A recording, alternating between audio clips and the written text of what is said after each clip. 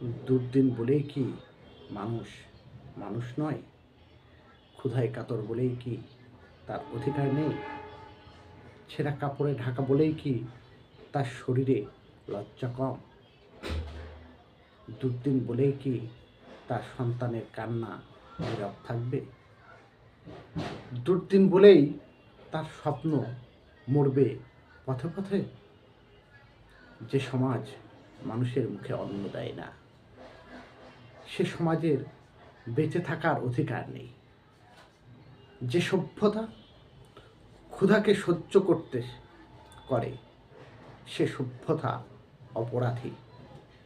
আজ দুর্দিন, কিন্তু এই দুর্দিনই আগামীর বিদ্রোহ শেখায়। আজ অন্ধকার, কিন্তু এই অন্ধকারেই জ্বলে ওঠে পরিবর্তনের আগুন।